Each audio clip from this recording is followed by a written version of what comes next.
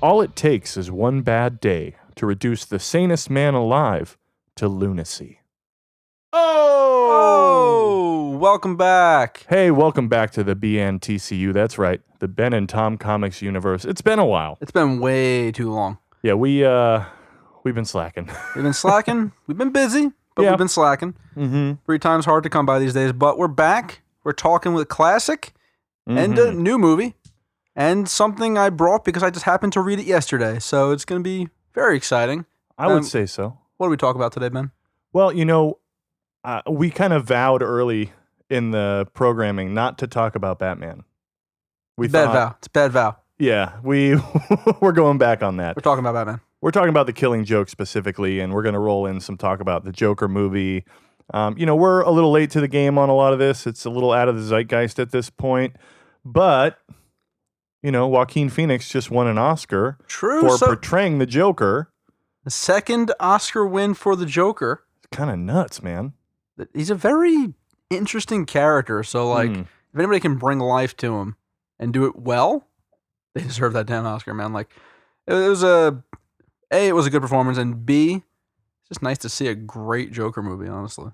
Yeah, no, for sure. I mean, I thought it was great, and we'll get into that a little bit later. But let's first just kind of recalibrate. I feel like I've missed you, Tom. I've missed you too, Ben, Although despite seeing you every day. But in this setup, Yeah. But I'm glad we're back. I'm glad we're doing this. And, we're going to try some different formatting stuff, but we're going to go by the old tried and true for this one. Yeah, at least once a month. Yeah. Yeah. And maybe do some smaller episodes in between and, see what people respond to. And we really want you guys to tell us, more feedback. We want to hear what we should read. We want to hear, if you have ideas for segments, we're not very creative. That's a good point. Look at the name of this podcast. We just took our names and comics and universe, and that's it. And it worked out.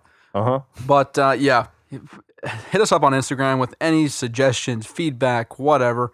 Mm-hmm. I will persuade Ben to open a Twitter for the channel because I don't want to run it. I don't want to run it either. Well, we need a third-party Twitter man, so if anybody wants to be a Twitter guy and for free, we got you. But, or woman. Or woman. Twitter guy could be a girl, too. On. Let's be all-inclusive. Exactly. We're not going to close any doors. All doors are open. We love you. But yeah, so today we're talking about one of the classics of classics, which is The Killing Joke, which I only recently realized that I have not read the actual book of in its entirety, which is insane because I could have sworn I did, but I've only seen individual panels and the crappy movie.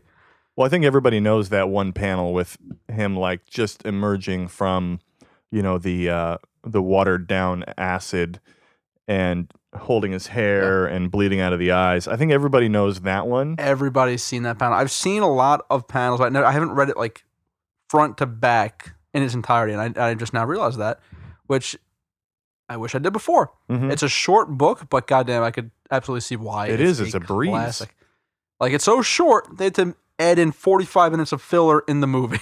All right, well let's get into the movie version of this because I do want to delve a little bit deeper into the comic. But let's just touch on the poopy out of the way. Animated movie first, because there is a glaring addition that's really awful. Paris, France. Paris, France. This guy's name, dude.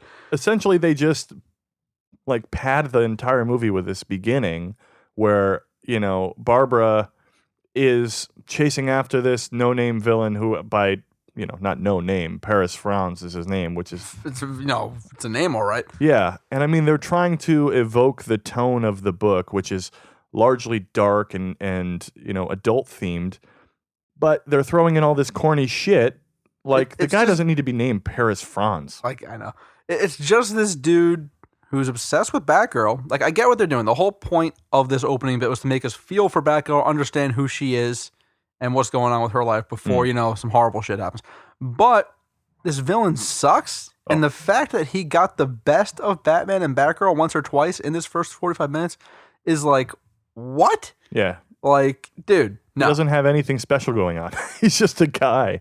He's just a guy with a good jawline. He's just a dude. He's got a jawline. I'll give him the jawline. Yeah. He's just a dude with a good jawline with mob ties. It's you know what I'm going to do? I'm going to kill my dad at some point for kind of no reason, honestly. I forgot that even happened. Yeah, that happened. Or his uncle, brother. I just watched it. We Like, just not even an hour we were ago. rewatching it while like pre-eating, as we tend to do Yep. here, and like Wings, by the way, in case anyone was curious or that was it's even a always mystery wings. at all. It's always wings. It's always wings. And we drinking. Of course, it wouldn't be a BTCU if we're not drinking. Cheers. We drinking whiskey. Clank. When I first watched the Killing Joke animated movie, I was not sure if I actually got the right thing. I thought maybe this You're is not the only one. Yeah. You're not the only one, because like, as I just recently realized, the Killing Joke movie was the first time I saw the whole thing in its entirety. And that beginning, I felt like there was like 2 episodes of an animated series put together. Like the one bad episode and then the episode everybody talks about, Like, Yeah. it was weird. But to get to the good stuff, the actual like retelling of the Killing Joke is kind of spot on, honestly. Like, I don't even want to say it's bad. It was actually like that whole bit, the actual part we're there for. It was almost verbatim. It was well done. Yeah, it was exactly what we really asked for there. And they brought back the best, voice actors. You had Kevin Conroy, you had Mark Hamill, and they're kind of the quintessential Batman Joker voiceover combo. You see, to me at least. Before this movie happened, Mark Hamill always said he would never voice the Joker again unless it was doing a like version of the Killing Joke. Yeah. He's broken that promise at least 3 other times since. But a man of integrity. basically, they're like, "Hey, No, do we you love want to Mark be another? Hamill. You don't want to be another Batman game, even though your character's dead?" He's like, "Fuck yeah!" Yeah, of course. I mean, that's a juicy role, though. Those Batman games. Oh yeah, he's there all week. He makes a solid Joker paycheck, but not like it was Getting that Joker dough. getting that Joker money. But he didn't get the Joker Oscar. He really should have. Yeah, I mean, it's like a 50% batting rate at this point. Like, if this is like a voice acting Oscars, he's got to have it. Like, everyone knows Mark Hamill is the Joker. Like, Yeah. Anytime any Joker is on screen, I'm just like, it's Mark Hamill's voice coming out of this guy. Like, it doesn't matter what he actually says or sounds like. Yeah. But unless you're like Suicide Squad Joker. Well, I think, he stood alone kind of as far as giving him sort of an almost British accent. You know what I mean? Making him distinguished. A unique accent. Yeah, and that's actually one great thing about the Joker. There's several different versions of him. Mm-hmm. And each actor that plays him makes that version of the Joker his own. Yeah. Which is, despite some bad portrayals. Jared Leto. Exactly. But despite some bad portrayals, he still made the character his own. There's no 2 versions of the Joker that are exactly the same. Like, and that's interesting to me. Yeah, no, I mean, the different iterations of each they all have their merits. Like Cesar Romero, goofy, wily, makeup, mustache. And then you have Jack Nicholson, who, while maybe not stretching himself too much, he was still playing Jack Nicholson. He fits because he is kind of a jokey kind of lively guy. There's always like 2 variations of the Joker. These are like the overly, like the literal insane, you don't know what this man's going to do Joker. Mm-hmm. Or we have the like the mob Joker. Right. People are in kind of 2 camps. Some prefer one over the other. And a newer comic will actually be explaining why these 2 versions of Joker exist. Oh, really? A new comic? Not that long ago, but fairly long ago. It was recently confirmed that there was never that in the actual, to get into some deep lore shit right now. This is Tom knows too much about comic books shit. But to get into some deep lore shit, there's actually 3 versions of the Joker. There was one early Batman's career. There was another one and another one, which Batman asked a literal god chair, who is the Joker? Because Batman actually does not know. Oh. Worst case talking my ass. And the Joker the chair was like, there are 3. And basically Batman for the past like 5 years at this point has been going literally insane over this. Trying to figure it out. Huh. And apparently, they're finally doing the book to explain it called 3 Jokers, which comes out, it starts fairly soon. Wow. Like, I think in like May it starts, actually. That's I checked. Limited series type of thing. It's going to be like a self-contained type of thing, explaining the 3 different Jokers, and hopefully actually like giving us a satisfying like answer to all this. But I'm looking forward to that because that's actually really cool, because that makes the fact that there's so many different personalities within the character kind of makes sense. Yeah, no, that's good to explain it. Sometimes though, it's a little bit too much inside baseball. Like the example that comes to mind is the Solo movie. I don't need to know all of the details of what makes Han Solo Han Solo. I don't think I need to know all the details of what makes Joker the Joker. Sure. And we'll kind of get into that with this book and everything today. One thing I do want to say, though, before we go too much further is, yeah, you hear that? They're doing some construction in my building right now. Perfectly timed. Yep. And it's going to be a lot of knocking, a lot of hammering, maybe some drilling. So if you hear some noise in the background, we're not in a studio. We're in my apartment in Brooklyn. But Ben's got some good mics and claims Claim. that we'll barely hear it. So Don't put that on me, Tom. Don't you put that on me, Ricky Bobby. So we might be talking about something and you'll be like, wait a minute, there's noise? Yeah. And then we'll be like, we can make the noise. So that way, it's like when you get like a paper cut or something and you squeeze lemon juice on it or you put salt on it. So it hurts really bad for a second, but then it'll never hurt as bad as it just did.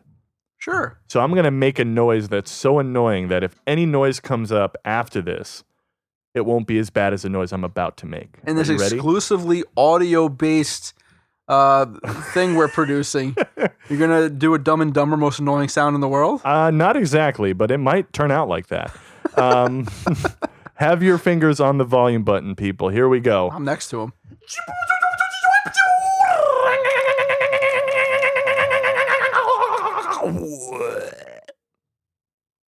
So anything you hear besides that is not going to be as bad or stupid or bewildering as that. I wish you could see my face right now. You got to watch me do that, Tom. Yeah. I got nothing. I tried to make it diverse. But all right, let's get back into actual business. Yeah, you know what? It's been a while since the Joker movie came out. We actually originally wanted to do an episode. There it is.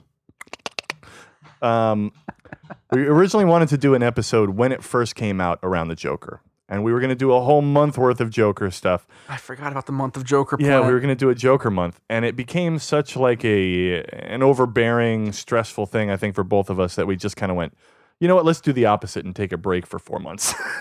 It was a little longer than intended. Yeah. I still kind of want to do the Joker month. There's so much Joker we could do. Like, yeah. We do the Joker month, but we spread out over a year. And then, like, there's 4 Joker episodes. Mm-hmm. I'm just talking bullshit right now.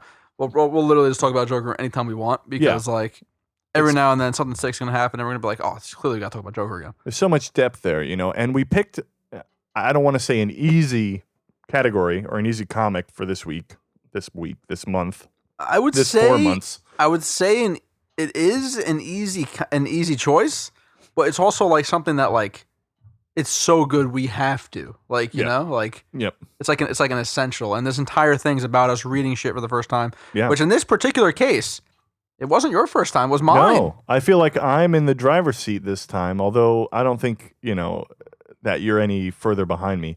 Like for some of the comics that we've read in the past, I felt very much like you're my guiding light. You're like my Sherpa in this journey. But here I feel like we're equals. Yeah, except that I had read this before and you had not. I thought I did for years, and I was like, wait a minute. Wait. Huh? Wait a minute. The Joker? What? Show this man pictures of his naked daughter. What? Whoa! I wasn't ready for this. Whoa! And, yeah, exactly. So like, I had a couple of Eureka ones where I was like, wait a minute. Did I not read this? Yeah. Well, it's pretty iconic, but it's also, like we said, very short. So sometimes those things go in and out of your, consciousness. But to get back to the Joker movie. Yeah, we'll start with the movie, go to the comic, and get a little wacky from there. Yeah, get it wacky. Let's get real wacky. So the Joker movie, I walked out of it. I loved it. Don't get me wrong. I loved it. But I was a little bit underwhelmed on first viewing. I'm not going to lie. I thought Joaquin Phoenix was amazing and thoroughly earned his Oscar. Thoroughly. And I think the movie itself was very good on the whole, but I felt like I had seen it before. It was a very Taxi Driver type thing. Like, it was very Machinist. It reminded me a lot of The Machinist. Have you seen that one? I did not see The Machinist. That's the one. That's the one. Christian Bale lost 170 pounds for. Yeah, he was wafer thin, frighteningly thin. I do not envy this man's commitment. It's a good movie. The Machinist, a good movie. I think The Joker is a better movie because it was a more kind of focused movie, in my opinion. But Taxi Driver is such a, I think, perfect. It's close to perfect as you can get with films. Maybe that's a little nostalgia. Maybe that's a little snobbery talking. But because it was similar, I felt like it didn't do it as well as that. And the fact that De Niro's in it took me out of it. I'm like, okay, so this movie is kind of like a blend of Taxi Driver, Machinist, and King of Comedy. Who's in 2 of those movies? Oh, Robert De Niro. Okay, well, let me think for a second. Oh, there he is! and you know, he was kind of flat, to be honest. I actually enjoyed De Niro because it seemed like, I think out of everyone there, he was having the most fun, which is like, considering what happens to him, probably like unusual. Yeah. But I kind of liked him playing like the talk show host. You know, he was basically like a De Niro version of Letterman. Yeah. Like, I wouldn't say he was flat. I would say that he I wouldn't basically say he's a Letterman. I would say he was more like a Johnny Carson. Sure. Yeah. He seemed a little more like vaudevillian, kind of like waka waka waka, like a Fozzie Bear style. Not that Johnny Carson was Fozzie Bear, but like an early style. He was cartoony, but like intentionally so. Yeah. Like I enjoyed it in this movie. No, I enjoyed the character. I just thought he, as an actor, I felt like I was looking for. Maybe this is because the affiliation with, the Taxi Driver and King of Comedy, where he was brilliant, but he was also young De Niro at that point. So I was looking for that type of performance. And it was such a stark contrast how Joaquin Phoenix was so radiant and so enthralling in his role, and then De Niro was playing kind of safe, in my opinion. Okay. And overall, though, I mean, I really enjoyed it. I thought Joaquin Phoenix was amazing. One thing I did want to say, though, is from what I understand, that portion of the movie, all of De Niro's stuff, was actually filmed first. Interesting. I actually didn't know that. Yeah. So, or scenes of that portion were filmed first. De Niro had a schedule. Yeah. Oh, I'm sure. He's got a very tight. It's tight. He's got a very tight. He got a very tight schedule. You know what I'm saying? I gotta get out of here. I gotta hard out. Gotta go open the casino. Gotta bada bing, bada boom. Gotta go. I gotta get to the Irishman. Anyway. I still haven't seen it. It's good. Well, when you can set aside 6 hours of your day. It's a very long movie. Yeah, because you're going to have to pause it like 7 times. It's good. It's good. Don't get me wrong. We're not going to get onto that, though. But you can tell that it was filmed first because the aura of the Joker and the performance that Joaquin is giving during the interview segment is a little bit different than the rest of the film. It's a little bit more flamboyant. It's a little bit more, and he's on camera, so it makes sense. I'm not saying that it was a mistake in any way, but it's a little different. It's a little more flamboyant. Like he's still trying to figure out what mannerisms and what kind of voice he's going to use. And the rest of the film, it's very much a build up to that. And I think that's really smart for them to do that because let's get him to where we want him to be. Let's just play him as we want him to be and then figure out how he got there. I like that way of putting it too. Like he's like, this is the Joker. He's basically completed his transformation, is what they started with, like the goal. And then the whole movie is just him kind of, it's basically him just getting there. I like that way of putting it. I can't say any better, honestly. Like it's very similar to the book in a way that, it's the one bad day. Now, it's not one bad day, although it seemed pretty short. It was like one long bad fucking day is what it seemed like. Yeah, or at least like a really bad weekend. Sure, like a one bad like long weekend, because he does have like his stuff happen where he becomes like a revolutionary and then he gets on the show. So there's a period of time in which he transforms. Yeah, and like similarly to the Killing Joke, it's basically this one bad day, but a lot was actually taken from Killing Joke to put it back to the comic. Well, like the fact that he was a failing comedian. Yep. But he didn't really get in with the wrong crowd. The part that was interesting to me was that he actually had a couple people that kind of had his back. Yeah. Yeah. And then, he had like a support system. But then like he kind of murders a couple of them. Yeah. I like the little dude. To cut to a little bit further in the end, like there's one part where he just basically kills this guy, but the little dude had his back the whole time, and he's like, I'm gonna not kill you. Yeah, you're good. You're good. Go tell my story. I love Tell that everyone what you part saw. when he's trying to get out the door and he can't reach the lock.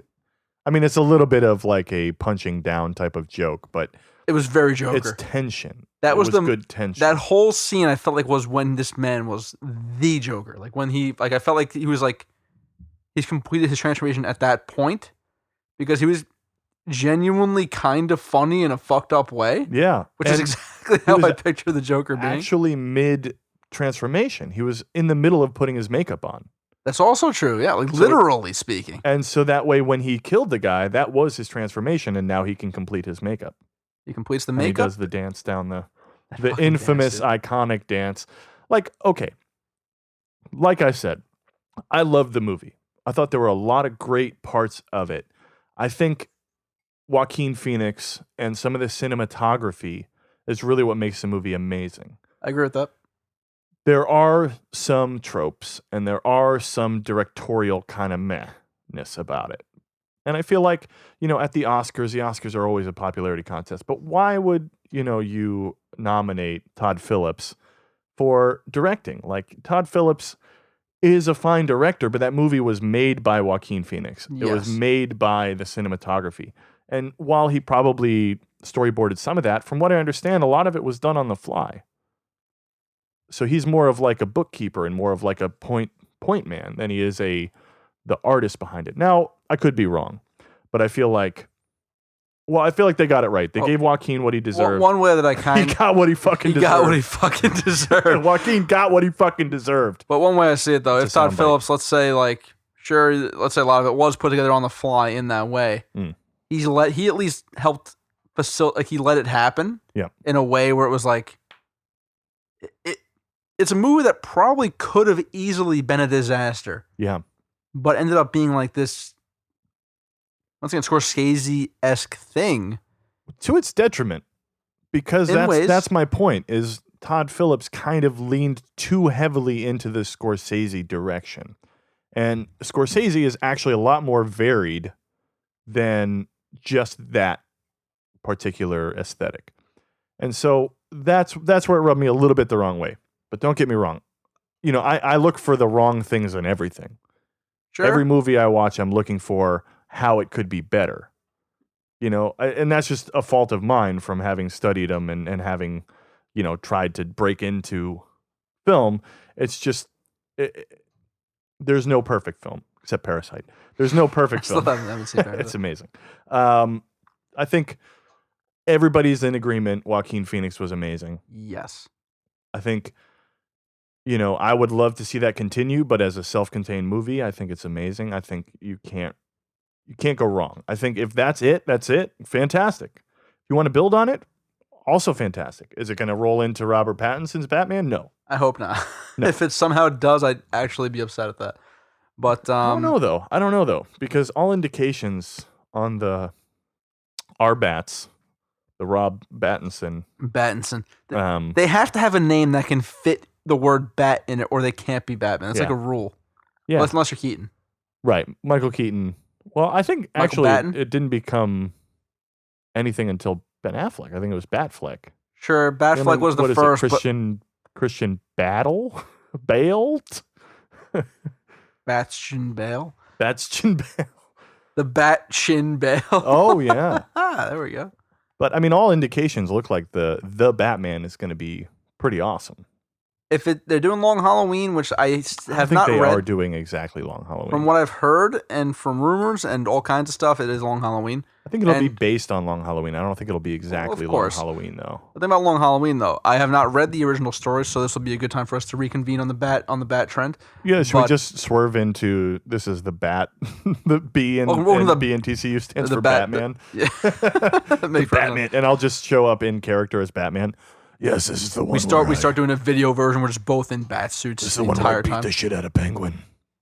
But the thing about Long Halloween, the reason why it's a good choice for a movie, from what I've heard and understand about it, is that it features a lot of the villains. Yeah. Like, have you not read it? I've not. Oh, I know. We've talked about this before. Oh, so maybe I am in the driver's seat here because Long Halloween is Today you are bona fide classic. And that's the thing. I would say it's like The Killing Joke is a bona fide classic as well, but it doesn't have as much of a kind of grandiose and lasting impact. Oh no, okay, well that may be overstated, but Long Halloween is more of an epic versus a kind of a twisted story. Mm-hmm. But yeah, definitely we gotta get into that, even if it's just kind of like a shorty. We can do a shorty. Yeah, We're planning to add let's go. shorties every now and then. Yeah, exactly. So The whole point, though, is that if it is Long Halloween, it's from what, if Ben could confirm this, it's a book that does a lot of the villains Yeah. well. Mm-hmm. So it could be a cool way to bring in some villains that we haven't seen in a movie in it, either not at all or like 20 years or something, and do them well. That could be really awesome.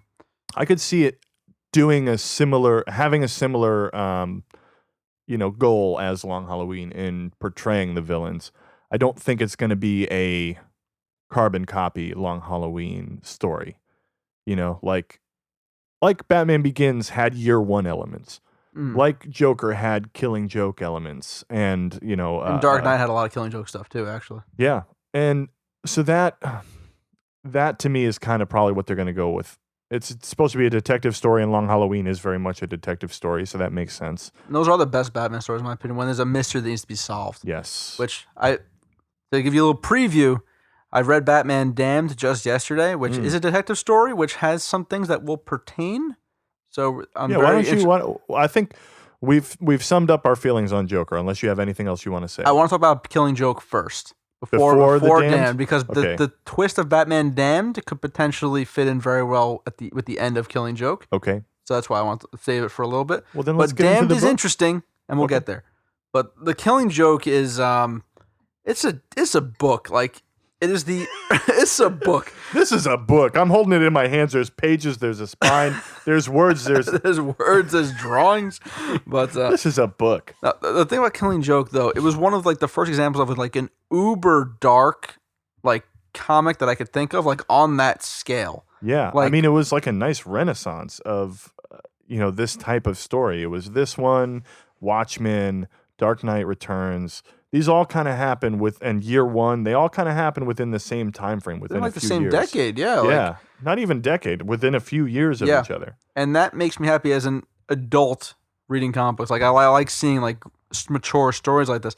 But the Killing Joke like has some crazy shit go down. Like Cliff Notes version, Joker escapes, does some horrible things to Barbara Gordon, does some horrible things to Commissioner Gordon, and it ends in a way that's like, what the yeah.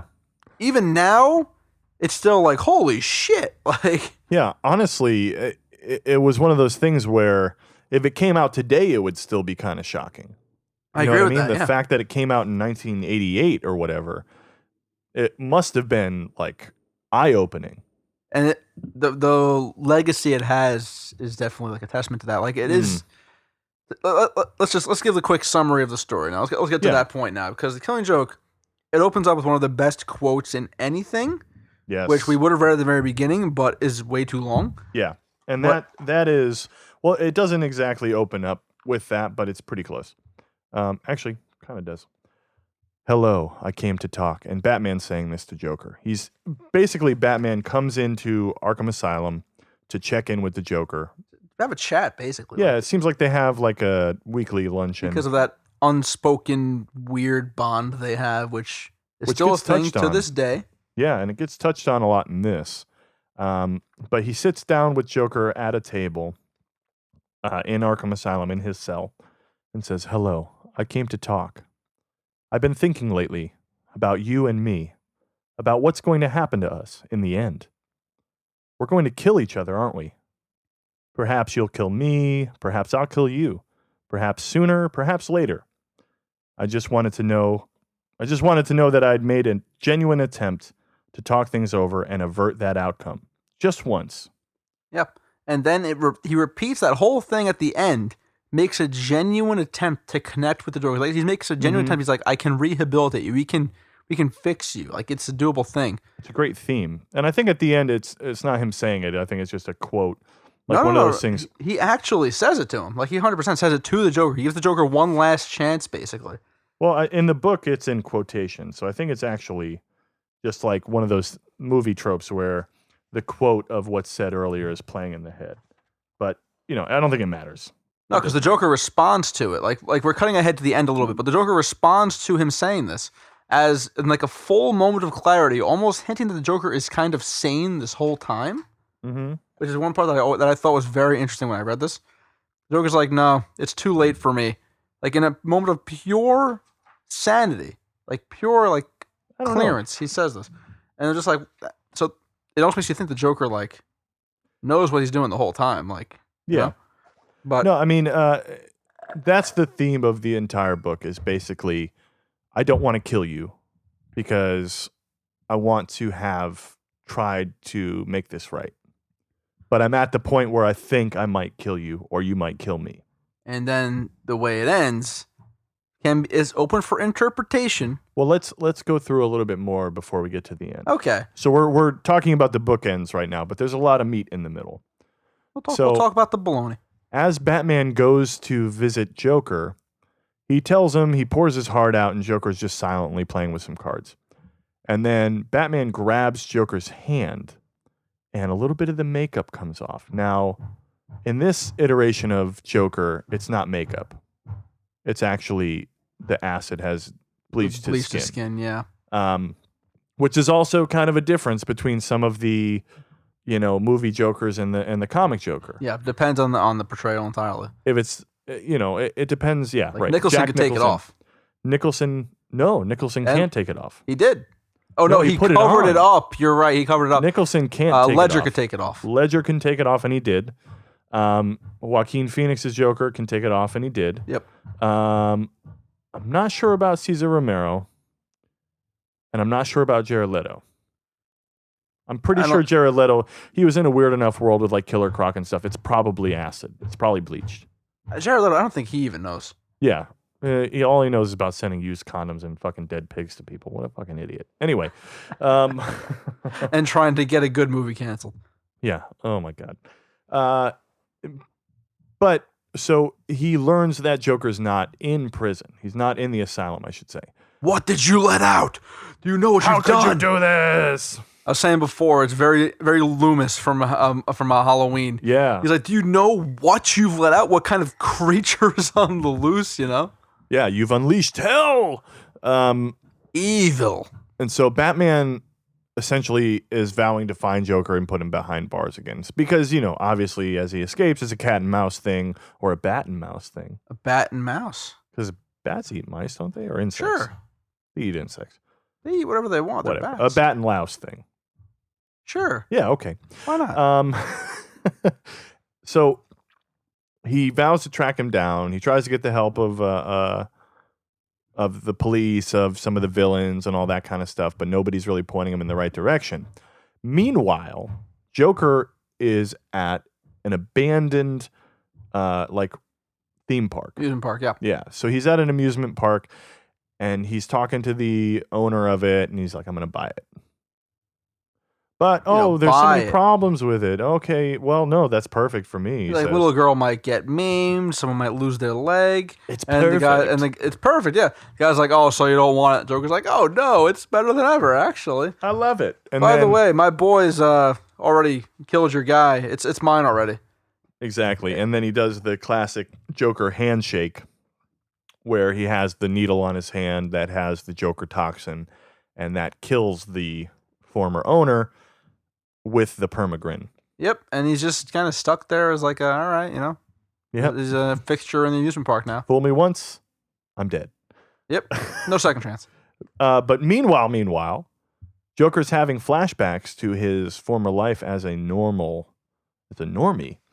and it shows a pregnant Mrs. Joker.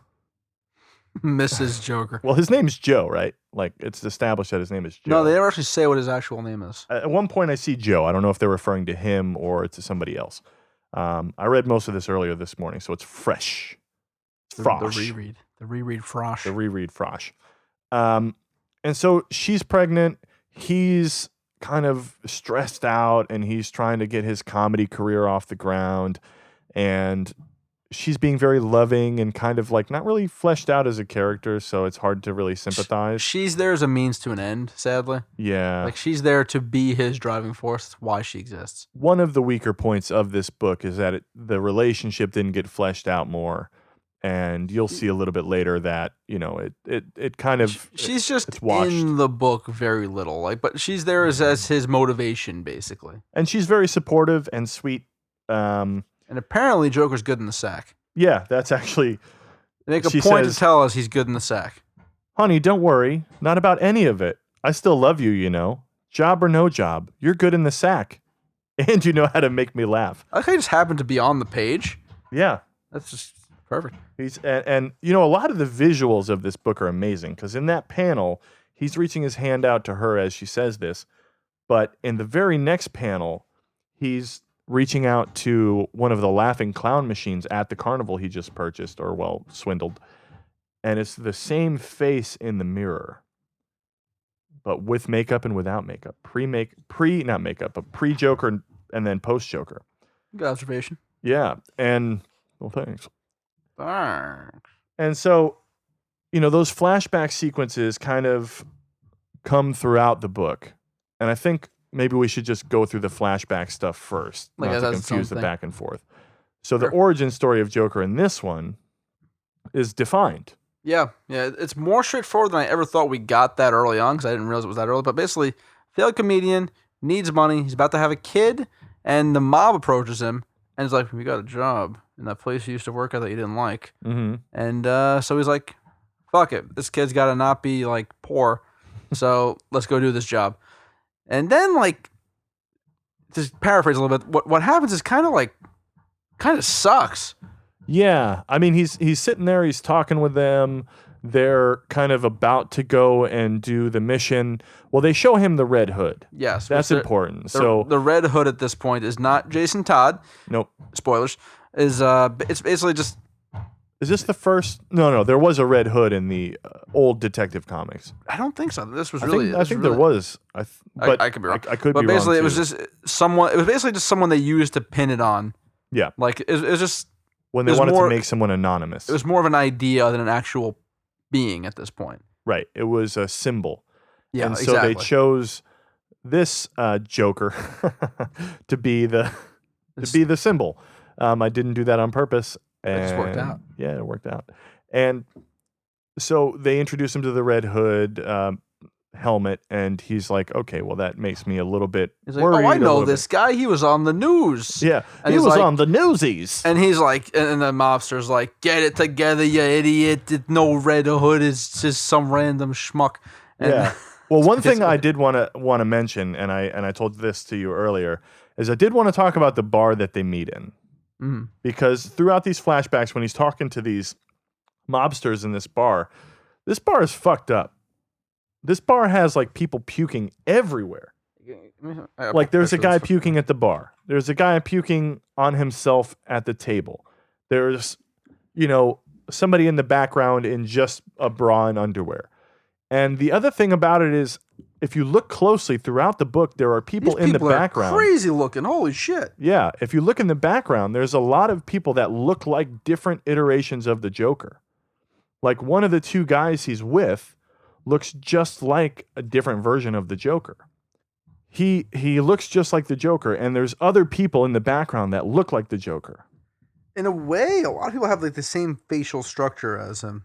And it's funny because throughout the book, when the Joker is introduced as a normal person, he kind of doesn't really look like him.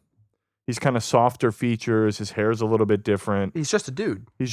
Yeah, exactly. And then dude, hard on luck, really, like bad luck. Yeah, exactly. And by the end of it, he's like the Joker. But so essentially, they're about to do this job at the Ace Chemical plant, which they're trying to get to a playing card manufacturer of all things? Well, he used to work at the playing card manufacturer, and they're trying to get to the chemical plant. Other way around. Is it? Yeah, other way around. He used to work at the chemical plant, which is like as a back door to the playing card manufacturer. Okay. And I'm like, where's the money in this? Like, what's the point? Yeah, there's a couple of plot holes in it, but the focus shouldn't be on these small cards. Might have been huge back then. I don't know. Yeah, or maybe there was a safe or something, or maybe there was some like point to be made by They're the ones that taking make out the somebody. authentic Las Vegas ones. The Maybe. the ones you can get in Vegas worth like a whole $10 more than normal. But the writers normal didn't playing see it cards. necessary to really get into that. Yeah, it didn't which is elaborate. fine. Which It's totally They fine. really didn't need to. It's just they had a job, they had a thing to do. And that's Look at those jokers. Yeah, and that's exactly when the Joker is pulled outside. The jokers. Well, It's the name of the gang now. The guy who becomes the Joker is pulled outside by the police, and it's mid-conversation about their heist that he gets pulled out, so he thinks it's about the heist. Yes, of course. Anybody would. Yeah, I mean, I'm just talking about stealing Like- shit from a plant. Like, or how from the a fuck did factory. they know? Yeah. Oh, and the police come up to him, but they pull him outside to give him the terrible news that his wife has just passed away in a terrible milk bottle accident. I don't think it was exactly a milk bottle. Well, he was trying to. It was like a milk heater, I think. Yeah, It exactly. was like But a heater or something. tangentially milk bottle accident. Something baby related, which is which the is name of ultra my sad. new album. I hope you actually name it that. I might. The tangential milk bottle. The milk bottle accident. It's like the string cheese incident. But so then he becomes sort of, devastated by the fact that his wife just died, and that's the whole reason he's doing this. Yeah, and then he's So like, he- "What's the point? Mhm. Why am I even doing this?" And then the mafia is like, "I know your wife just died, but we got a job to do, and things don't tend to happen to guys who don't do Oh. the job that we tell them to do properly. You see what I mean? You like your kneecaps, kid? You like your kneecaps, or we'll take Together? You like them all together? You like them shattered? You make the choice. You want your kneecaps shattered? I got you. You want to go over, get a nice, delicious slice of pizza in a wheelchair? We got you. Yeah. If you don't do the job, A nice, delicious New York slice of pizza. it's always We're going got to go from Gotham to New York because Gotham is Gotham's okay basically on New pizza. York. We've had this discussion. It might not be. I think it's like Chicago, New York. It's a hybrid. But they go from Gotham to New York for the pizza. They go all the way from that That whole thin 30 crust. feet. That 30 feet because they're right next to each other. The two biggest cities in the world within a 30-foot Just one bridge. one bridge. Just one bridge. You don't see it in the movies, but it's just like right there. And then you see Metropolis over there, Superman flying around. He doesn't come over here, though. Nah. It's literally one bridge. That's the dumb part. Like, Superman could just, some crazy shit going on. Superman could just be like, yo, what's up? But no, He's got super hearing. He can probably hear what's going on in Gotham. He could hear what's about to happen to Barbara Gordon. Let's move on. Okay, yeah. Anyway, good segue. Let's segue. I'm going to take a piss first, though. Okay, we're going to have a break here because, as usual, Thomas must urinate.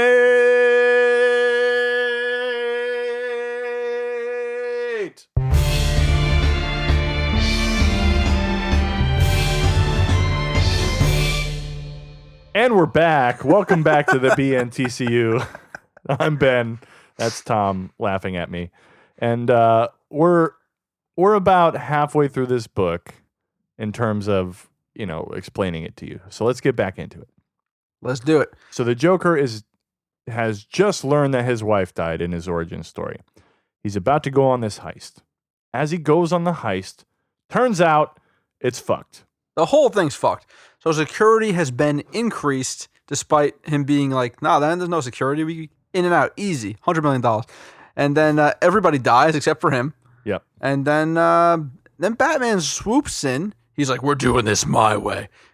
I like how the cops refer to him. He's like, it's that bat guy. And he turns around. It's the human bat thing. Yeah. It's like early Spider-Man. It's the human spider, but It's the eight-legged man. the 8-legged. That's good. It's the blind guy with wings. all pretty good. All pretty good. But Batman comes in. Batman's like, it's over, Red Hood. I know you're my first real villain at this point. Oh, my throat. That's good. That's good. I'll take over. So I'm gonna save you from jumping over this ledge. Oh wait, no, there you go. And he did it on just his own. jumps over the ledge. And he's like, oh, this is clearly normal water, not literal acid. Yeah, and in this one versus some of the other origin stories, namely Jack Nicholson, where he falls into a full-scale vat of acid. We don't know what he fell in, honestly. Like, he couldn't see it. Yeah, in this one, he falls into essentially the river where it's being funneled out to. Oh, so it's just the Gotham City sewers. Yeah, but it's off of the plant, so the plant is dumping into the river where he landed.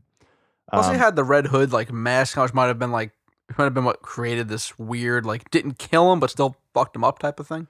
Yeah, there's a lot of the cool thing again about this book is it doesn't get muddied in the details. That's Sometimes why it's so people short, over-explain things when it comes Also very to true. stuff like origin stories. Yeah, he just kind of comes out. He's like, wait, why does my skin feel weird? Does the classic scene that we've all seen, whether or not you've read the damn book, and he's the Joker now. Yeah. And so that's his origin story in this book. And at one point, he actually references that he doesn't quite remember it 100%. He prefers 100%. his origin to be multiple choice. He Yes, says. which is referenced in a couple, namely The Dark Knight. He gives multiple That's backstories. a great point, actually. Yeah, he says, my father, ... changes every single time he says it. Yeah. Or my wife, and like gives that, well, not the Borat, my wife, but The Borat. you want to know how I got these scars? And he goes into the whole thing. Now. And he's got a whole different story every time. So in this one, we may have an unreliable narrator, and it may not actually be how it happened. Maybe Joker's just throwing the reader for a loop because that's kind of his nature. See, I feel like in this particular case, the Joker is not the narrator. Right. It's just being shown to us. So in this particular instance, I think this is actually what they intended for us to believe the original origin story of the Joker was. But it's not canon. It isn't, because this is the book that made Barbara Gordon Oracle. Yes. So it's like they took parts of it, but not the whole thing. Because like we'll get to the ending, but they took parts of it and kept that, but not all of it. So like Batman does not know who the Joker is at this point. Like he still technically never finds out every detail of his life. Like the man's an enigma, but not Edward Enigma, different guy entirely. Yeah. The thing about Batman is you just fall on to puns all the time. You know what I mean? You kind of slip and slide on them like a penguin.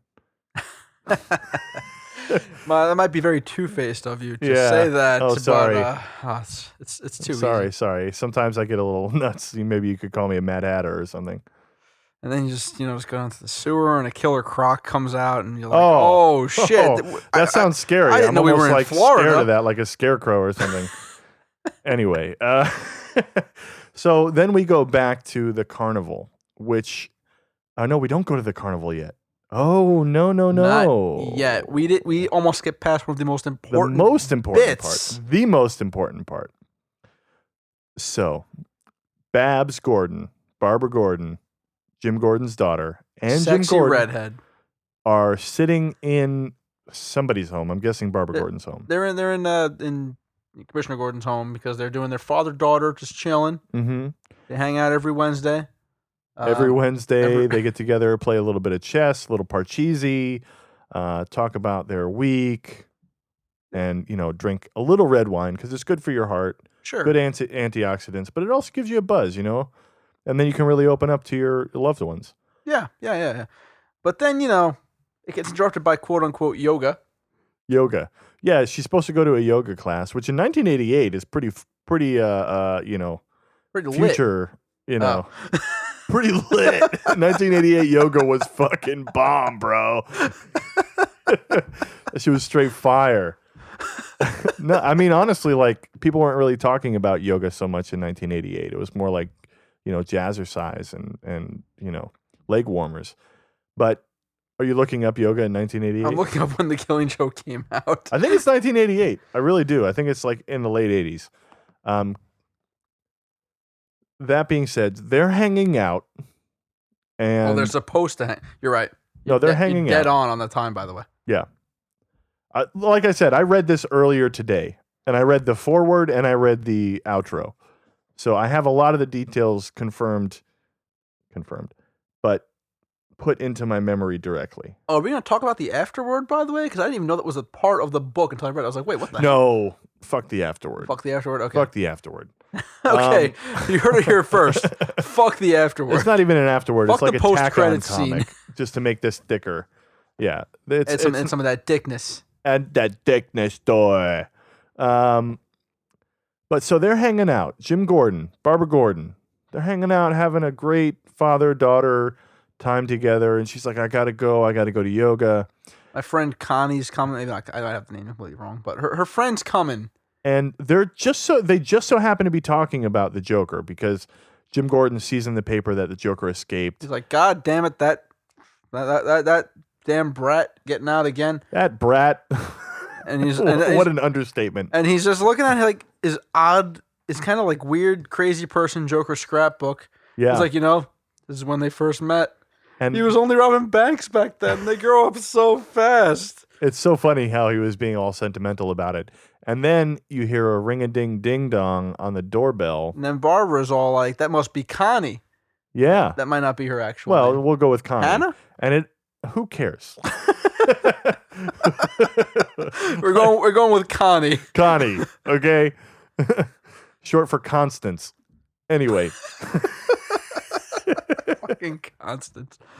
Constance is supposed to show up. So the ring-a-ding-ding-dong, and just as they're talking about Monsieur Joker, they open the door, and there he is. This look in his face is legendary. His eyes are just two white dots, just the reflection off of his irises, which is crazy because it's such an iconic, and you can kind of maybe hear the hammering in the background, but it's such an iconic image of him in his vacation wear with the camera around his neck as if he's a tourist. I love that look for him, by the way. Like any game or anything that has the Joker as like a playable character.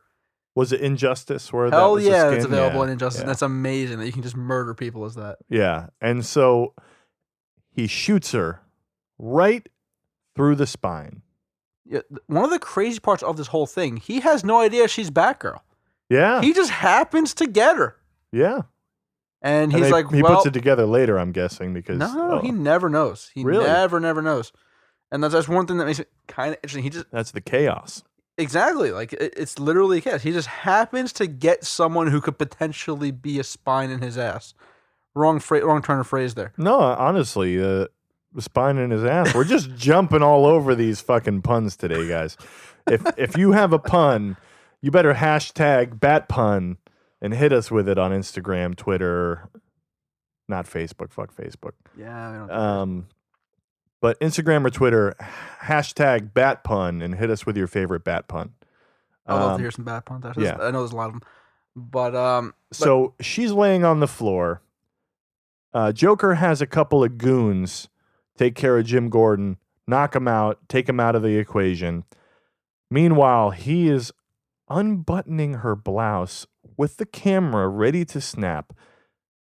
And we know later on, we're going to get into this, what happens. But then we flash back to Batman on the roof with, what's his name? Harvey, the other Harvey. I almost said Weinstein. No. Bullock. He's on the roof with Harvey Weinstein, just beating the shit out of him as he should. Batman's like coming into the real world and just beating the shit out of the most vile people. He shows up, beats the shit out of Harvey Weinstein. But, so he's on the roof with Harvey Bullock. Fucking Harvey Weinstein. Not Harvey Weinstein. He's on the roof with Harvey Bullock. And he is... his son Harvey. Yeah. There's too many Harveys in Batman, really. And the Joker just straight up gave him the invitation. Here's where I'm at. I'm at the carnival. Here's your ticket. He gave me a full come at me, bro. Yeah. In the 80s.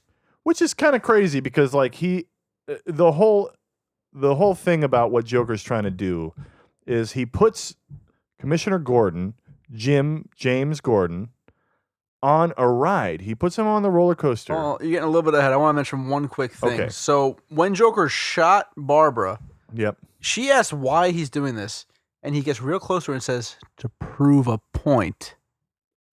And then we cut to where you are right now. Perfect. That's the point? The perp is a point. The perp is a point. The burp. I said perp, but it's a burp. We're getting saucy, people. Sauces. We're getting wacky. It's getting a little bit buffalo here. Yeah, we're getting buffalo burps. Buffalo sauced. Yeah, it's to prove a point. It's that basically anyone can become just like him is the point he's trying to prove. Yeah. Just like the Dark Knight. Exactly. And chaos and the one bad day, which is why I chose that quote, is the major theme of this. The killing each other, that is a theme, but the major theme is one bad day can ruin anybody's life and make them into a monster. Turn Bruce Wayne into Batman. Yep. Turn the Joker into the Joker. Yeah. And he's trying to take Jim Gordon from the most probably morally sound person in all of the Batman lore. Yep. And trying to break him down and trying to make him into God knows what. It wants to prove the most sane man in the world can snap. Yep. And it's a little crazy. It's a little crazy. Which, funny, crazy. Yeah. But the way that he goes about this is he puts Gordon on one wild ride, to say the least. Yeah, he basically puts him on a roller coaster, straps him in naked. We see Jim Gordon's dick in this one. We get some Gordon dick. Foreshadowing. Some Jim dick. Some Jim dick. Some Gordo. Some little Gordy. Gordo's fat one. Not so fat, but he's naked. He's on a little roller coaster cart, and he's being carted through essentially madness. While the Joker's laying down this sweet backing track. Oh, he's singing. Oh, baby, he's singing. I don't know if I know the tune. It's something loony. Gotta get loony. Gotta get loony. When the world is full of care and every headline screams despair. When all rape, starvation, war, and life is vile. Then there's a certain thing I do, which I shall pass along to you, that always guaranteed to make me smile. I go loony as a light bulb battered bug, simply loony. Sometimes foam and chew the rug. So that's his. That was great. Thank you. I would love to hear this full cover at this point. I'm gonna record it and put it on our Instagram. I would love to hear it. Although Instagram is not an audio medium. The full version. The full version. I'm gonna record this anyway. That is happening while Joker is showing photos of a completely nude Barbara Gordon, not lifeless, but basically motionless on the floor, bleeding. And this is Joker, as referenced earlier in the book, pushing it to the limit, pushing it beyond the limit. It's just in the 80s, I guess maybe it was kind of the renaissance of gritty comics. Yeah. And this was at the forefront of it. And the shock value, like, A, it sold comics, but B, it basically redefined the Joker as a character at this point. Yeah. No, it definitely did. To move on, though, he's sending Gordon through this. I think it's always referred to as Joker's like wild ride. Yeah. So he's sending Gordon through this, and then by the end of it, Gordon's basically like, fetal position, doesn't want to. He's not saying a word. Yeah, he's crying, he's blithering. Thinks he's won. Mm-hmm. And he puts him in a cage, and this is where Batman kind of rolls in at this point, right? Yeah. Batman comes in just as Jim Gordon is slipping into hysterics.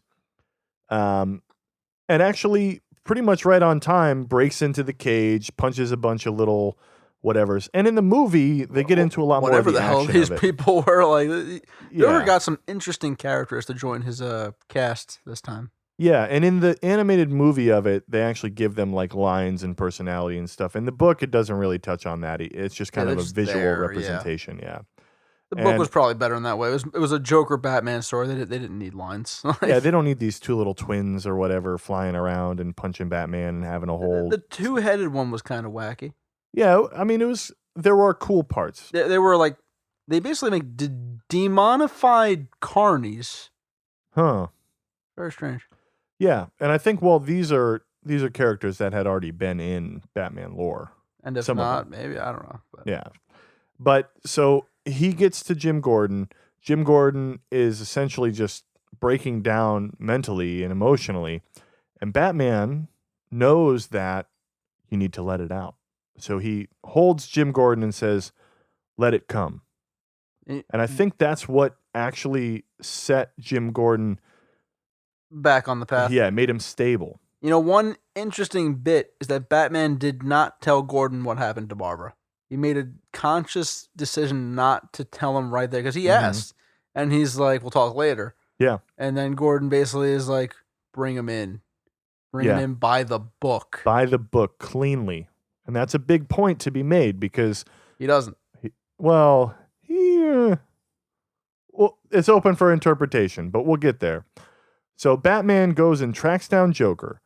Joker is trying to make his point that anybody can be driven insane with one bad day.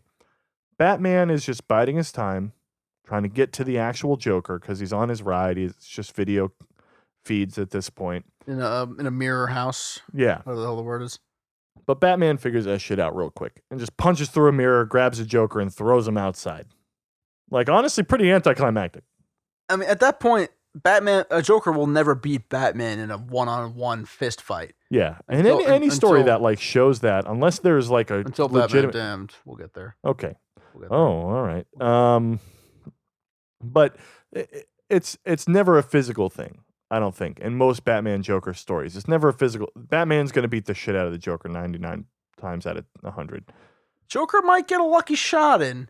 Yeah, but usually not a fatal blow. Right, because Joker's just wearing a suit. And it might have a knife hidden somewhere wacky. I said the word Batman's in a wacky bat a lot suit, today. even if it's a knife. Sure, yeah, the knife should not kill him, Batman Damned. But oh God, come on, we'll get there. I'm dropping hints. These are not hints. This is a whole fucking. You're dropping instead of nuggets. You're dropping a rotisserie chicken. I have issues with Batman Damned, but the point's good. We're almost there. We're almost there. So he knocks Joker. He knocks Joker outside, picks him up, and tells him, "I just spoke to Jim Gordon. He's fine. You're wrong." Not even he's fine. He's the sanest man I've ever met. Yeah, is basically what he says. Oh yeah, and he says, "You're wrong. Not everybody can be driven to the limit that you have. Just you must have been like this already. It must have been you that was the Joker all along." And the Joker tries to kind of like weasel his way out of it, but Batman's having no part of it. Mm-hmm. And then the Joker tells a joke. Well, I want to read it as the Joker tells it. Literal verbatim. Okay. Yeah. Verbatim? Verbatim. That's the one. That's the one. Goddamn whiskey, bro. So the joke that Joker tells is this. See, there were these two guys in a lunatic asylum. And one night they decide they don't want to live in an asylum anymore. They decide they're going to escape. So like they get up onto the roof and they're just across this narrow gap. They see the rooftops of the town, stretching away in the moonlight, stretching away to freedom. Now, the first guy, he jumps right across with no problem. But his friend dared make the leap. You see, he's afraid of falling. So then the first guy has an idea. He says, "Hey, I have my flashlight with me. I'll shine it across the gap between the buildings. You can just walk across the beam and join me." Easy. But the second guy just shakes his head and he says, What do you think, I'm crazy? You just turn it off halfway when I was across. But Now, admittedly, a pretty lame joke. I enjoyed it. No, it's fine, but like, admittedly, not one that I'm going to double over in laughter about. A relevant joke for the situation they're in, though. Yes. And so Joker actually starts laughing. He's like, "I'm sorry, I'm so sorry." But you skipped over one bit, which is the whole bit where Batman tries to plead to the Joker, though. Oh, yes. Which is the part where he's like, let me rehabilitate you. Let me help you. Mm-hmm. And then the Joker, in a brief moment of clarity, right before telling this joke, tells Batman, "No, it's too late. I'm happy the way I am," basically. Yeah. And then he tells this whole joke, and then they both start laughing. Batman laughs at the Joker. Yeah. Now, here's the thing. This part has been open for interpretation for years. Did Batman kill the Joker? Because the way that this ends now is they both laugh, Batman goes to reach for him, and then only Batman is still laughing by the end of it. I think, in my personal opinion, because they've never... No, they have confirmed it, but at the time they didn't confirm it. But basically, it was Batman laughing at the Joker and then strangling him to death. Well, I mean, I'm looking at it here. It looks like they're just both laughing and he's holding him by the shoulders. This has been open for interpretation for years. My But it firm was- belief is that he didn't kill him. He just kind of let out a breath of levity and just decided to embrace the Joker. So it was actually confirmed he absolutely killed the Joker. Oh, really? He 100% killed him, yes. Who confirmed that? The dude, Alan Greg Moore. something or other. What did he have to do with this book? I guess they both work for the same company. Okay. Well, I mean, And- the thing is about Alan Moore, you know, he's not exactly an open person. So he's not going to tell anybody what he didn't want you to intended. know, but for me personally, it's actually pretty clear. Especially, which I'll give the animated version one thing. It's especially clear in the cartoon version. Yeah. He 100% killed him. I don't remember. So at the very, very end, they're both laughing, and then you just hear the Joker's laughing stop as Batman reaches for him for what looks like just be like, haha, yes, you're my friend. This is good times. And then you just hear the Joker stop laughing. Batman keeps laughing louder and louder and louder because at this point, the Joker's fucking dead. So maybe he was driven insane. That's, I think, what they were going for here, but they did leave it open in that way where you could take it either way. But to me, that's kind of weak. I prefer Because it would take more to break Batman than this.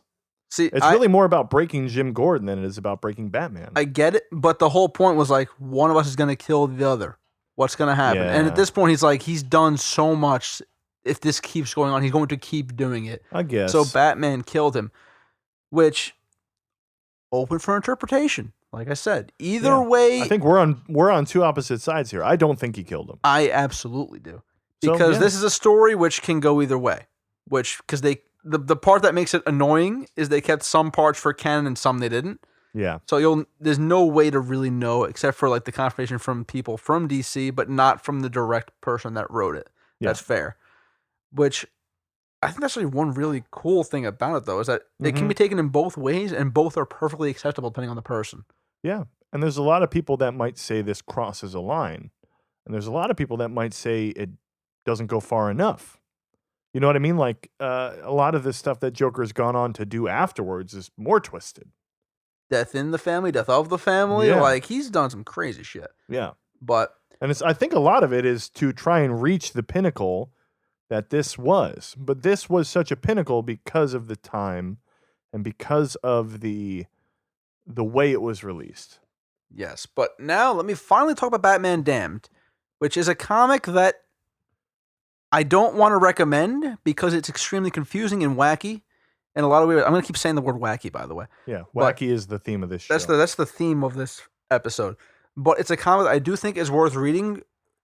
Perfectly timed, by the way, because it fits very well with my interpretation of the end of this book. So to summarize, and full spoilers for Batman Damned, it's a new book, so I will make the spoiler warning for this one. Mm-hmm. Basically, the whole book is basically a full-on Batman detective story. Basically, the Joker is dead. Batman's trying to figure out who killed him. And it just goes on for quite a while. At some point, he sold his soul to the Enchantress. It was all kinds of weird. But at the very end, it's revealed that basically the Joker got in a killing blow on Batman. Like they were fighting on a bridge. Joker got in a shot that would absolutely kill Batman. He knew he was going to die. So Batman had the thought, if I'm not around to stop this guy, who's going to? So Batman basically kicked him off a bridge, essentially. Like, Joker was falling off a bridge, and he's like, Batman, save me. I know you can't let me die. And Batman lets him die. Wow. So the entirety of this book is getting to that point. It's basically Batman coming to terms with the fact that he let the Joker die. So it's basically, it's the kind of classic, this character has been dead and in hell the entire time story. Oh. And Batman's personal hell is him being haunted over the fact that he essentially killed the Joker. That Wow. essentially on his deathbed, he broke his vow. Oh, Is basically what wow. happens here. So yeah, that's interesting to me because of the added element of him being on his deathbed. But otherwise, it's the same thing like Batman Begins, where he's like, I'm not going to kill you, but I don't have to save you. It very much is similar to that, but the whole thing is he's being haunted essentially by the fact that he went out of his way to make sure the Joker died. Yeah. Which I like that. I like that. I probably still want to read it. it's Except worth now it doesn't reading. have Batman's dick in it, so like, why would I want to even? I saw Jim Gordon's dick and was underwhelmed. So I kind of want to see if Batman's. You can see. You stepping can out still a see little a bit. silhouette. It's not completely silhouette. censored. You still see a silhouette, but a lot of other things in that book kind of. But the ending alone is the main important part here. Is that basically Batman is like meant to, the thought process of like I'm about to die, but if I don't take this fucker with me, he's gonna kill all kinds of people. Yeah. So it's an interesting angle, and then they ruin it. They completely ruin it in the comic equivalent of a post-credits scene. Oh no. Yes. What is it? Take a guess. It's exactly what you're thinking. Joker doesn't die. He's alive. Yeah. Batman is dead. The Joker survived. Damn. I know. Haha, it's funny. So basically, Batman is being tortured in hell for something he thought he did and When doesn't really, know he did and he should didn't have gone actually to heaven do. because Batman's innocent of all crimes. Except for breaking hearts. Haha! But that's the whole thing, is that the comic is called Batman Damned because he's literally going through the hell of dealing with the fact that he took a life. That he broke his vow, basically. Huh. Yeah, I do want to read that because it kind of actually do it. It kind of reminds me of Batman R.I.P., which was a Grant Morrison. I never read R.I.P. I meant to. I read Final Crisis, which is what R.I.P. was reading up to, which defeats the whole purpose. Yeah. R.I.P. is a great standalone, though. All right, so we need to rate this book. We need to rate it 0 to 10 loonies, because loonies are referenced a lot of times in this book, and there's a whole fucking song about it. That's a great point. The Looney song is a good reference. Okay, so it's kind of an easy 10, and it's a little bit of a cop-out, but it's such a classic, but in the way where it defines an entire character. Mm-hmm. Like, the Joker, as we all know him, was created by this book. Like, as the sick fuck that he is. Yeah. But also as, like, the guy who's trying to prove the point that anyone can become insane. Like a lot of the things that we know Joker for today started here. And as much as, like, as a character study, as, like, a dark story, as, like, everything that it means for the Batman mythos, easy 10. Plus, it's a short, kind of easy read.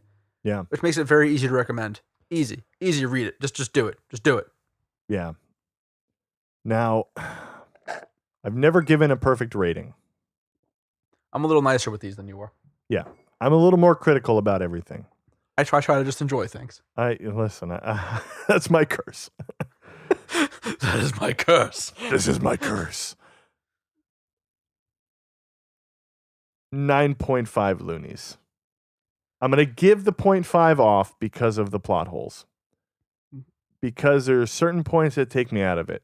Because there's certain anticlimactic nature to certain twists in the story that should have been delivered in a more meaningful way. But other than those very, very small things, perfect. So that's why it's a 9.5 out of 10 loonies. Still, I think the highest rating you've ever given. It is 100% the highest rating. Yeah. This is like one of my favorite comics all time. That's why I bought the hardcover. This is the one you have a physical copy of that I don't. Yeah. And it's still not, I don't know that there's something that I can give a perfect score. I was going to ask that immediately. What is a perfect book to you? If I had to guess off the top of my head, Watchmen, Dark Knight Returns. But here's the thing. I haven't read them in a while. Returns is another one we got to do, by the way. Yes. So I think it goes without saying, this goes without saying that we would both recommend this book. Read it. Read it. Just do it. It's like, if you want a Joker story to prep you for 3 Jokers, which we may talk about this when it comes out, by the way, if it's actually as good as we hope it is. Yep. But if you need like a real Joker story to be like, who is this man's? And which one of them is he? And here's the thing. I don't generally go out of my way to read comics, and you know that. Yep. Unless it's for this podcast or it's something that absolutely piques my interest. I don't go out of my way to read comics very much. So, which is kind of the point of this podcast, is I'm a layman. I was going to say the whole thing. One of the whole points of this podcast was basically to kind of like motivate us to read some of the things that we either missed or like just want to talk about, and B, to kind of get into it more. Oh, for sure. And case in point, you turned me on to White Knight. I've completely forgot about White Knight. Why did we talk about that today? Which is a fantastic Joker story. If you haven't read that, also read that. But Joker is a soft spot for me. I've read most Joker stories, like quintessential ones. There are plenty out there that I haven't read. So this is a huge touchstone for me, this book. And I feel bad giving it a 9.5, but I have to because of those little parts. That being said, read this book. Read it. Just read it. Just do it. Only thing is there are some trigger warnings, obviously. Also true. So there are some emotional and very graphic parts to this book that are hard to recommend. So keep that in mind. So because this is such a quintessential Joker story, I think we should recommend maybe some other Joker stories, because this isn't something I don't think we should monopolize our episodes with Batman or Joker stories, because we're so in depth on that already. I would personally recommend White Knight because you turned me on to it. White Knight is so good. It's so good. And I don't want to talk about it too much in case we do get into it later. And it may even get its own episode at one point if we really just want to talk about it. Yeah. A mini episode or a full. Who knows? And Dark Knight Returns, which we definitely should get into at a different point. But there are so many great Joker points in that book. Dark Knight Returns is a definite full episode one day. When that happens, I don't know. But it's one of the easiest recommendations you can make because A, it's a self-contained universe. Like it's not mainline, so you can kind of just get into it. And B, it has one of the most important Joker moments in anything. Period. And we won't say what it is here because I will say it directly inspired a certain parts of the Joker movie for sure. Yeah, Easily. Absolutely. And recommend go to watch that. Yeah, and also Death of and Death in the Family. Yes. Both 2 stories to check out. Yeah. Which is so much like the Joker's some dark shit. Man. I feel like I'd wash my hands after this, but thinking about all of the things that happen in these books, I'm just like, damn. To be so effusive in praise of the Joker feels icky. It feels gross because of the way that the Joker is as a character. Now, I'm so glad that we're back into the swing of things. Expect big things from us. We're trying to get more into more content, more consistent content, more maybe videos. Utility belt at YouTube. The channel exists. Nothing's on it yet, but it exists. It exists. That's and where we're going to be getting content into it. will be. You get to see our beautiful faces. This podcast may be on there with some random crap in the background. Well, probably. Other than that, Tom, what else you got going on? Hit him with some. My channel hasn't changed. tgtkai at YouTube. Smash Bros videos, fighting game videos. Nothing even remotely bat related until Injustice 3 comes out. Ooh. But once that comes out, it'll be bat related. Bat up the wazoo. And for me, you can follow us on Instagram. You can follow us at BNTCU, B and TCU on Instagram. We'll be opening a Twitter at some point, I'm sure. You can follow me personally at Ben Tomassetti, TOMASSETTI. And one thing I do want to plug, geez, a lot of the reason that we haven't done many episodes in the last few months is because I have been committed to another project called Geez! ! It is a comedy band. Give it a full spelling because I know the Spotify struggle. The search engine optimization struggle period has been the bane of our existence. It's JEEZ ! Don't say the Z because the non-Canadians might or English or UK. So JEEZ ! The character ! On Instagram, we're at G's ! The full words. It is a... Wait, it actually says, it's just the word ! Yes. At JEEZEXCLAMATIONPOINT. I didn't even know that much. I thought it was the actual exclamation point. No, because they won't let you do that. Fucking Instagram. Please follow us. It's been a huge, huge commitment for me, and it's a lot of fun. Tom, you've been to a show. It was blessed. And it's 80s parody. It's actually pretty high concept, character-based comedy duo. So I hope you enjoy it. I hope you check that out. But more importantly, I'm so glad that you're listening. I can see that Tom is glad. He's got a big smile from ear to ear. It's good to be back, man. I miss doing this once a month or so because we get so drunk. It's so much fun. We talk about comic books and movies. It's a fucking blast, man. Yeah. And we love everybody who listens. You guys are great. We'd love to hear more feedback. We're just grateful that you're here, you're listening, and you're enjoying. And as always, thank you, thank you, thank you, thank you. Thank you. For the BNTCU, I am Ben. And I'm Tom. Take care and bye-bye.